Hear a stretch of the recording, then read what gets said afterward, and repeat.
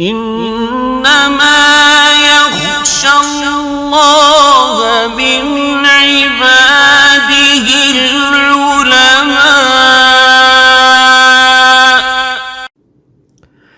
السلام عليكم ورحمة الله وبركاته. إن الحمد لله نحمده ونستعينه ونستغفره ونعوذ بالله من شرور أنفسنا وسيئات أعمالنا، من يهدي الله فلا مضل له ومن يضلل فلا هادي له، ونصلي ونسلم على سيدنا محمد وعلى آله وصحبه وبعد. We continue inshallah today with lesson number 25 in the lessons of Usool Al-Fiqh, and we were talking about the Quran as Shariah Evidence. One of the first Shariah Evidence is the book Al-Quran. It's the source of all what we live by, and the main evidence we have for the rules that we deduct to make the way to live by in all fields of life. We talked about few things before in this, and today we are going to talk about something that some innovators created. Every innovation in order to promote its own ideas that are contradicting with Quran, it needs to find a way to get off the fold of the tafsir of the Quran, or the ظاهر, the apparent meanings of Quran that we adhere to. So because there is no other way, they can't say we are not taking the Quran as a source. They cannot do that. They say, oh yeah, Quran is our source, we believe in Quran and Sunnah and everything, but one of the ways, specifically the Rawafid, they call themselves Shia, the Rawafid and the Sufis established, is to distort and change the underlay meanings of the Quran, and to say that the Quran has hidden meanings that you common people don't understand. The real understanding is different. The real understanding of what the Quran means, either by the sentences, in the sense, the phrases of the Quran, and even the words of the Quran. So at the level of the word and the level of the sentence and phrase, they have a deeper meaning. They have hidden and deeper meaning than the ones that you understand. And when they establish this, then who can say no? It doesn't mean that, because they say, well, you just don't understand, and you never understand until you believe what they say. Like for instance, those Rawafid or Shia, they call themselves. I never say Shia, because we are the Shia of Bayt of Rasulullah sallallahu alaihi wasallam and Ahl al-Bayt, the people of the house of Rasulullah, his own people, his own house. So they say in the ayah, "Inna Allah ya'murukum an tathbahu baqara." Allah subhanahu wa ta'ala said, indeed Allah commands you to slaughter a cow. They say the cow is Aisha radallahu anha, la'natullahi alayhim la'natan da'ima. So they say that al-wudu, that Allah subhanahu wa ta'ala, Rasulullah said, that we have to make wudu. Al-wudu is Ali ibn Abi Talib, because he is the key to salah, and salah is in Nabi. So in order to get to salah, you have to go through Ali, because he is the wudu, and salah is in Nabi sallallahu alaihi wasallam. It's complete heresy and madness. So such things, and of course the Sufis have different ways. They say the words they didn't talk about Aisha or Al-Baqarah. They don't do that, but it's the same concept. Like Sahl ibn Abdullah Tasatturi, he said, وَالْجَارِ ذِي الْقُرْبَى. Allah subhanahu wa ta'ala, when he ordered us to pay the sadaqah, he said sadaqah وَالْجَارِ ذِي الْقُرْبَى. He said he is the heart. Of course, al-jar ذِي الْقُرْبَى is your relative. That's the apparent meaning. And everybody in the Arabs, when he say jar ذِي الْقُرْبَى, it's your relative who lives beside you. So he has two things. He is jar, he is neighbor, and ذِي الْقُرْبَى, and he is your relative. And then jar al-jumb. Al-jar al-jumb is the person who just lives beside you, who lives beside you. So he jar, because jumb is your side. He's beside you. They said no. Al-jar al-jumb is an-nafs, the soul. And he said was-sahibu bil-jamb. Allah subhanahu wa ta'ala said was-sahibu bil-jamb. As-sahibu bil-jamb means your friend who lives beside you. Was-sahibu bil-jamb. They said no, it's not that. It's the sahib bil-jamb who is the brain that follows the Shariah. It's the brain. قالوا وابن السبيل. Ibn Sabil is the person who is like drifting, and he comes to your door and asks for food or something like that. Ibn Sabil, because Sabil is tariq, is the way, is the roads. They said no, it's not that. It's al-jawarih al-muti'a lillah, the limbs and the hands and the legs and the limbs that are following Allah subhanahu wa ta'ala. Of course, these are crazy understanding of ayahs, completely wrong. And when it comes to the Rawafid, it's so bizarre and unfounded. Unfounded because it's contradicting with the apparent meaning of the ayah that the Arabs used to use in the Arab tongue.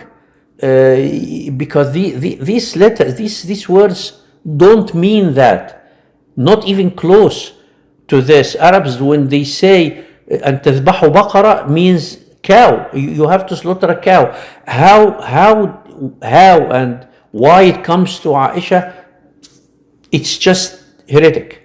It's just heretic. And this kind of ta'wil and using a different meaning for the words than the apparent words is not following the tongue of Arabs. Like Sufis, they say when Allah subhanahu wa ta'ala said إن أول بيت وضع للناس للذي ببكة مباركا. إن أول بيت وضع للناس للذي ببكة. Bakka is Mecca. It's one way to say Mecca in the different accent of Arabs is Bakka. So Allah subhanahu wa ta'ala used it again this. He said that the first house of Allah that was built on earth was the one in Mecca or Bakka. So they said, the Sufi said, no, it's the heart of Rasulullah. The first house of Allah subhanahu wa ta'ala was the heart of Rasulullah. Very strange, very completely mad. This kind of getting out of the understanding of the tongue itself, and how letters and how words and phrases are used, although it's wrong, but we have to distinguish between this kind of ta'wil and to take away the meaning completely to another way and another meanings that the tongue and the brain are normally get to when it comes to these ayahs and words and stuff. Quran has deeper meanings. Quran has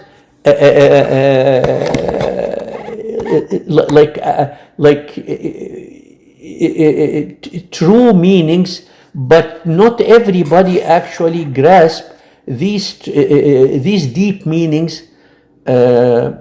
Everybody gets from the Quran the very apparent meaning. Everybody. Because Allah subhanahu wa ta'ala, when He talked to us, when He talked to the humans, He talked in a way that it satisfied the minimum amount of clarity and understanding that can bring the person to the Tawheed. Everybody, no matter how, unless he is demented or mad or something like that, but normal common people, which are 99.999% of people who speaks the tongue, of course, can understand what is meant when they hear the recitation of Quran. But the ulama, the scholars, can understand more of the tafsir, because they add this ayah to that ayah, so they come to the general to specific to the general. They add the absolute they add to the absolute. They add the constraint. They add the المجمل للمبين. They add المبين to المجمل. The clearing ayahs to the general or common or overall ayahs. So they add the reasons of the asbab al-nuzul, so they understand more than what the person who doesn't know anything about the reasons of the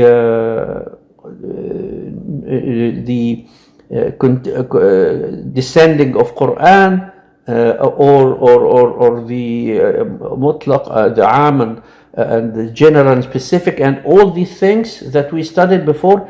If he doesn't know anything, he will understand what the Quran means by the ayah. When somebody here, anybody who speaks Arabic, he said وَأَقِيمُوا الصَّلَاةِ, he will understand what وَأَقِيمُوا الصَّلَاةِ meaning.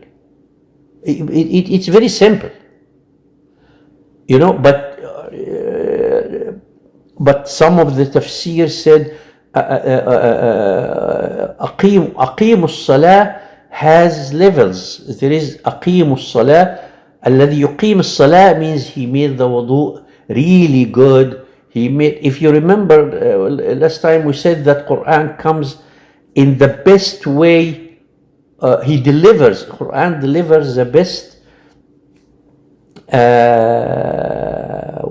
best quality of the iman and mu'mins, and the worst quality of the kuffar and the kufr.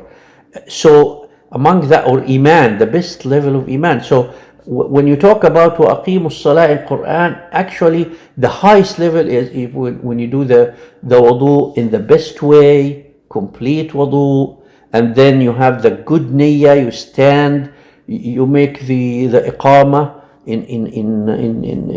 and you concentrate and you focus, and then you give every rak'ah and every sajda whatever it deserves for the respect of Allah subhanahu wa ta'ala. This is aqimu salah. They understand iqamat as-salah in the best way it can be done. But if somebody just did the least things of wudu and he made the main pillars of the salah, he did his salah. He satisfied wa aqimu salah at the lower level. So this is added understanding. There are other levels of the Arabic words, using the Arabic words actually that people that the Arabic language carries, which actually it needs knowledge in order to understand what is meant exactly by using this word, other than maybe other words that can be understood, because sometimes the word is used in a way, and then it's used in another way in other ayah to give another sense of the ayah. We'll give example. Allah subhanahu wa ta'ala said, وَمَنْ يُرِدْ أَنْ يُضِلَّهُ يَجْعَلْ صَدْرَهُ ضَيِّقًا حَرَجًا كَأَنَّمَا يَصَّعَّدُ فِي السَّمَاءِ. Here ضيق, the word ضيق, tight.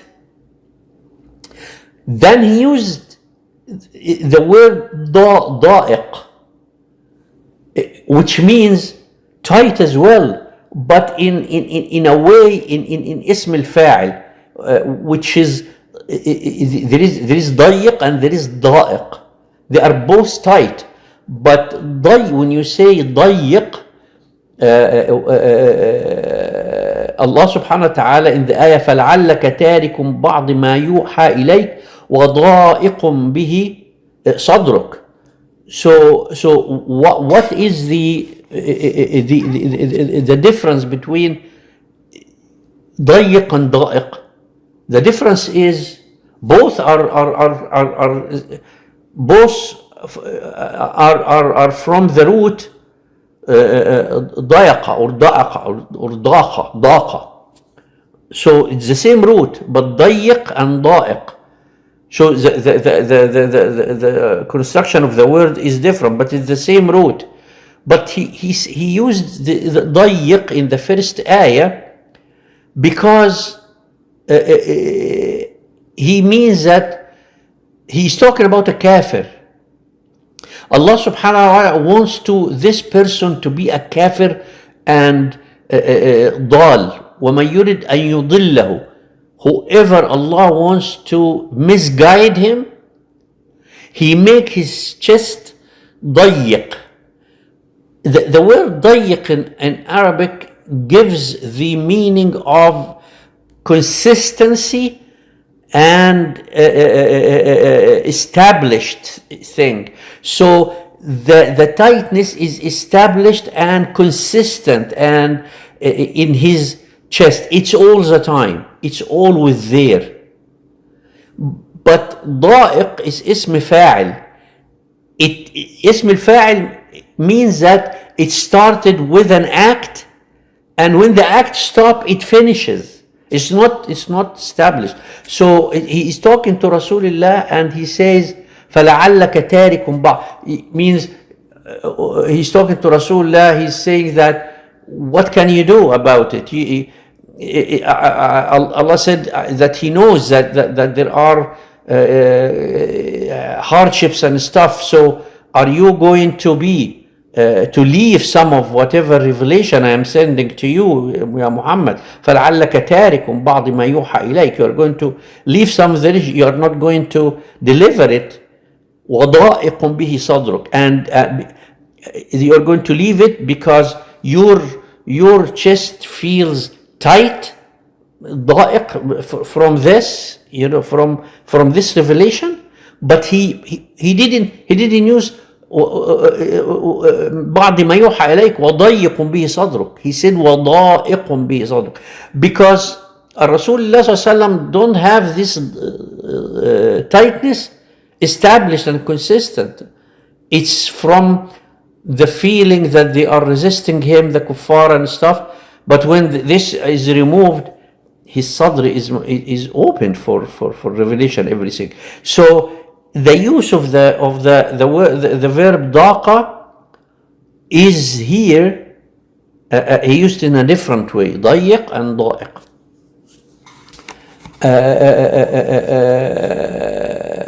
Another example in the ayah إن الذين اتقوا إذا مسهم طائف من الشيطان تذكروا. So Allah subhanahu wa ta'ala said that those who have taqwa to Allah subhanahu wa ta'ala in their heart and their chest, if the shaitan came and whispered to them to do like kind of a sin or something, they remember, تذكروا. فإذا هم مبصرون. فإذا هم مبصرون. Here he used the word تذكروا as a verb. تذكر is a verb from ذكر. تذكر. It's from the verb. But in after he remembers, because he is saying if they will remember. So when he used the word in they remember, they used the verb تذكروا. But when he talked, described their condition after they remember, he said فَإِذَا هُمْ مُبْصِرُونَ with اسم الفاعل. They became seeing. They see. They see what the truth is again. فَإِذَا هُمْ مُبْصِرُونَ. Why? Because the fa'al comes after the whisper of the shaitan. And every time the shaitan whisper, the fa'al goes back. So the fa'al comes back after, because it is not consistent. The tadhakkur is after the whisper of shaitan. The whisper of shaitan come, then the remembrance act comes to them, because normally they are mubsirun. Normally they are seeing. That's why he said they will come back to the normal condition. فَإِذَا هُمْ مُبْصِرُونَ, which is اسم الفاعل, which is it's all the time. فَإِذَا هُمْ مُبْصِرُونَ. So which reflects the continuity, مبصرون, of إبصار, of seeing. There are other example of that. One of the very beautiful example in the ayah فإذا جاءتهم الحسنة قالوا لنا هذه وإن تصبهم سيئة يطيروا بموسى ومن معه. He said, Allah subhanahu wa ta'ala said فإذا جاءتهم الحسنة قالوا لنا هذه وإن تصبهم سيئة يطيروا بموسى. إذا وإن. So when the ayah says, so when a good thing comes to them, they say, this is ours. Means it's because we are good, and we deserve it, because we actually did the work to have it. And if evil affect them, they blame Musa and those with him. So here iza, when, and in tusibhum, if evil affects. Why he didn't say what iza ja'athum al-hasana and wa iza asabathum sayyi'a. Why he said fa iza ja'athum al-hasana wa in tusibhum sayyi'a, when and if. Because the reason here is فإذا جاءتهم الحسنة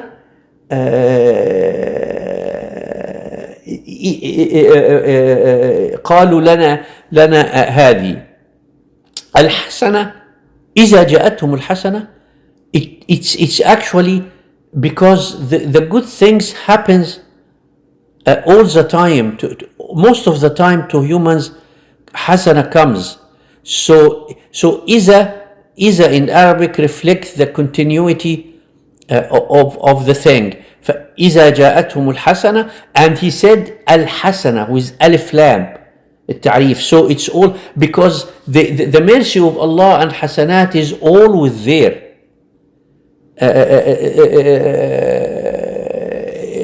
And he used actually the past tense, فإذا جاءتهم in the past tense. So he used إذا, which is continuity, جاءتهم in the past tense, because it's always there, because it's already there. So if it's already happened, so it happens. So it's continuous.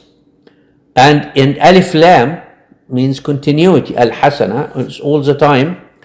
But when he talks about evil, وَإِن تُصِبْهُمْ سَيِّئَةٌ, but if once, every few times or in a while, وَإِن جَاءَتْهُمْ, if for this specific time, تصبهم, which is a present tense, because it's happening now for them, it's not always the time. سيئة without ألف لام.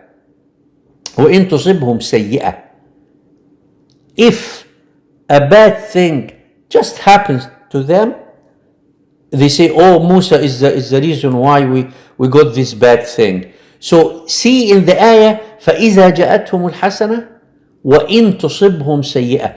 This kind of understanding is the deep meaning. Those who actually notice these differences are not everybody. Not everybody will see the difference in using the alif lam في al-hasana and سيئة without the alif lam.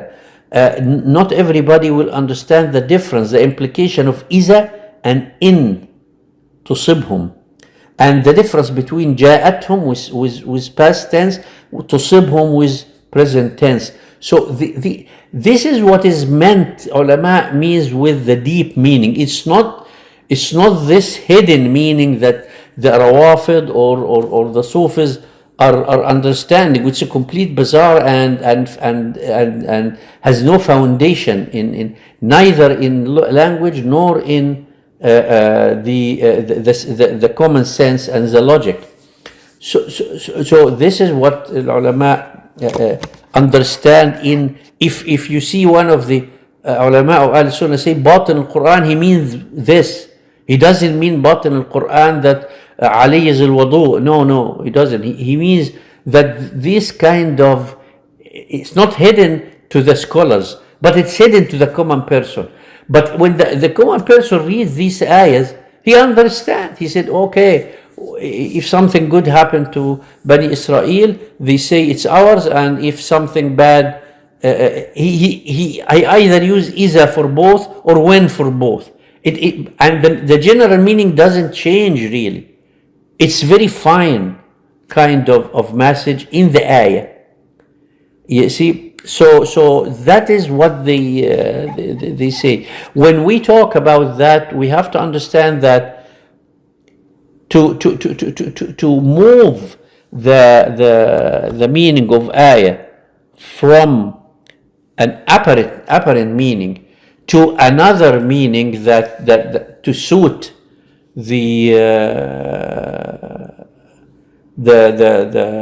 logic, it has to be, like we said, it has to be according to the tongue of the Arabic tongue, to how Arabs, what is the meaning of the words in the original Arabic tongue, and how the Arab used to use it. If you remember in the last time we said about that they have a usage, a way of usage of the words. So both, you have, it has to, the loves, the letter, the word itself has a meaning built into it, and also the way they use it in sentences, and which is the meaning is correct. So صحة اللفظ, the word is correct linguistically, understood in the linguistic meaning,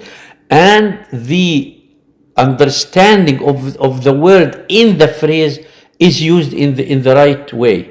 So they call it صحة اللفظ and قبول المعنى. المعنى, the understanding of the phrase is acceptable.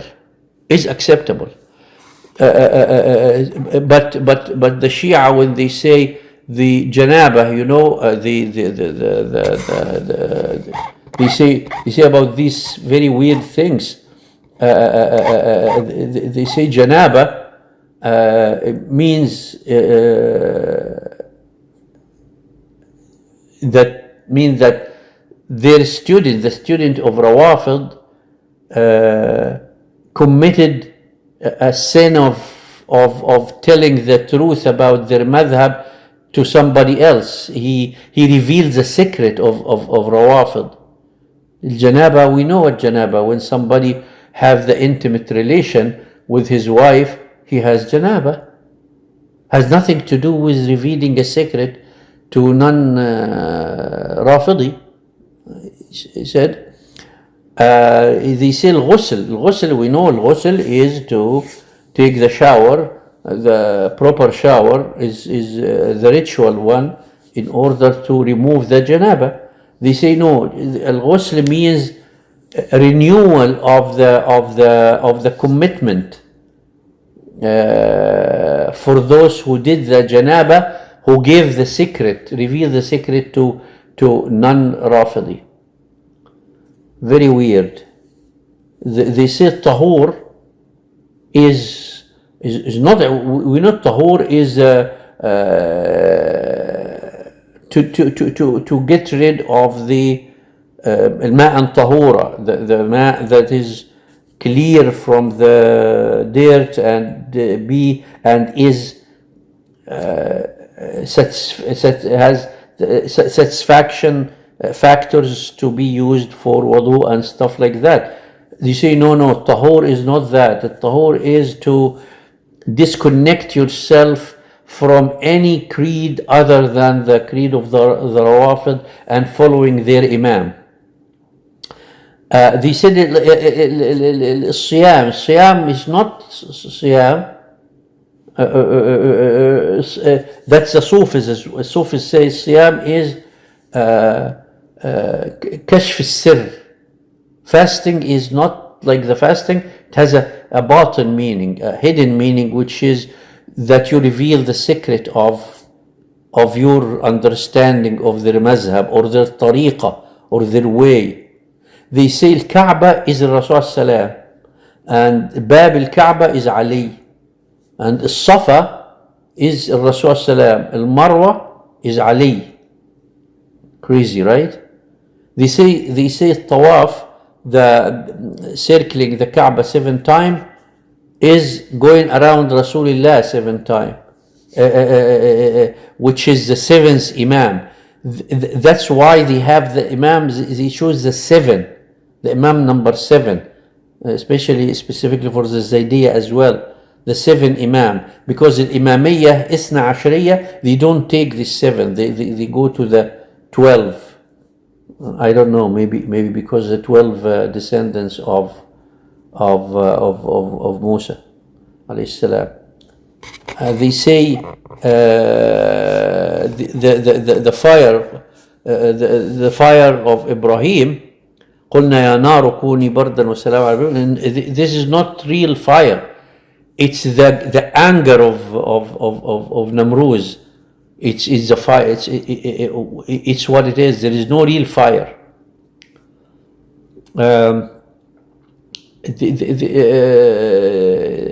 They said that the stick of Sayyidina Musa is not a real stick.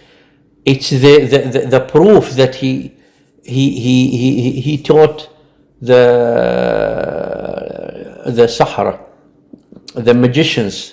He taught them something. So this is his asa is not asa. It's not a stick. It's just teaching.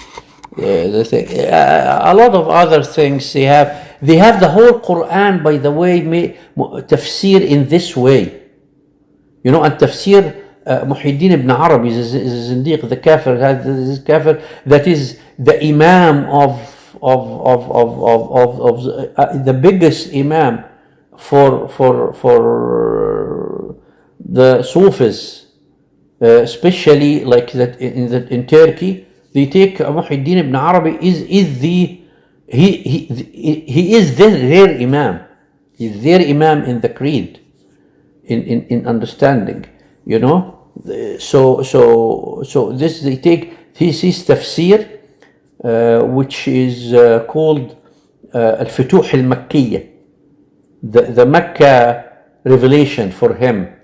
Allah fatah ali, Allah opened the way for him to, and it's all kufr when we read Al-Futuh Al-Makkiyah. And I remember in the late 60s, beginning of the 70s, Al-Azhar, because they are Sufis and they are very bad, they actually printed the tafsir of Futuh al-Makkiyah and they started to distribute it. And there was a big backlash at the time, so they printed the first 2 or 3 juz of it, and then they stopped. They had to stop because there was a very huge backlash from the Sunni people. So they stopped, and I actually bought these 3 that were offered, and I have them downstairs. I have them in my collection because I bought them. I used at the time in the late 60s. I used to buy all whatever, you know, publications, whether it's correct or not. I used to buy it because I was in the, you know, gathering knowledge from everywhere and knowing, and I knew that it's kufr, but I just got it. Another way actually to understand the deep, I'm not going to say hidden, the deep meanings, using the word hidden for the right understand or the deep understanding that I just mentioned of Ahl Sunnah, how they understand. It is not hidden because it's open for everybody to understand. If he studies the language, he will understand it. It's not hidden. It's apparent, but deep. So another way to understand the deep meaning of Quran is to understand the goal or the final meaning, whatever meant of the revelation. If we understand the final goal, like Allah subhanahu wa ta'ala said, وَجَعَلَ لَكُمُ السَّمْعَ وَالْأَبْصَارَ وَالْأَفْئِدَةَ. Allah have gave you the hearing, the seeing, the you know, ears and eyes and hearts, وَالْأَفْئِدَةَ لَعَلَّكُمْ تَشْكُرُونَ. So why He gave us these things? لَعَلَّكُمْ تَشْكُرُونَ. So you might make shukr, you might be grateful to Allah subhanahu wa ta'ala.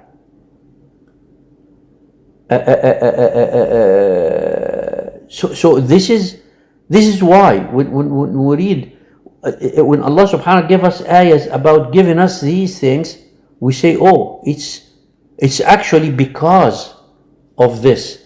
So this is the ultimate meaning of these ayahs, of these merits and these good things that Allah bestowed on us. السمع والأبصار والأفئدة لعلكم تشكرون.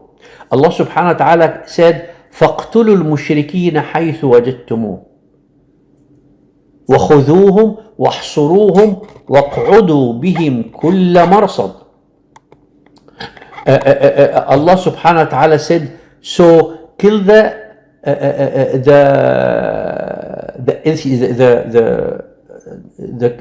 kuffar, قتلوا المشركين, wherever you find them, وخذوهم واحصروهم, and take them and capture them and besiege them, and lay them in wait for them to every ambush. وَاقْعُدُوا لَهُمْ كُلَّ مَرْصَدٍ.